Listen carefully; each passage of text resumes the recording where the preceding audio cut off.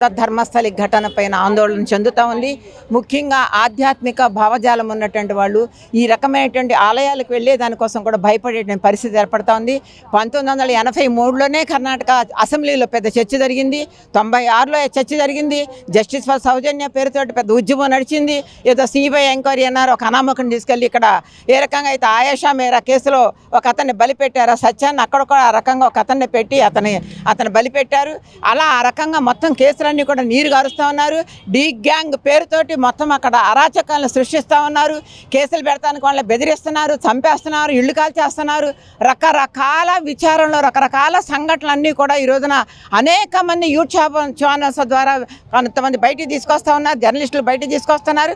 వీటన్నిటినీ కూడాను నిరోధించేటువంటి ఈ ప్రసారాలన్నింటి కూడా నిలిపివేసే పద్ధతుల్లో ఈ రోజున లోకల్ కోర్టు నుంచి గ్యాంగ్ ఆర్డర్ ఒక ఆర్డర్ తీసుకొస్తా ఉన్నారు. Gag order.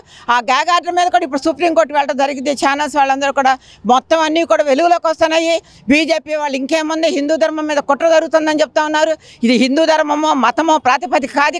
ఇక్కడ మానవత్వం అనేది ఇక్కడ ప్రధానమైనది. మనుషుల యొక్క ప్రాణం అనేది ప్రధానమైనటువంటిది.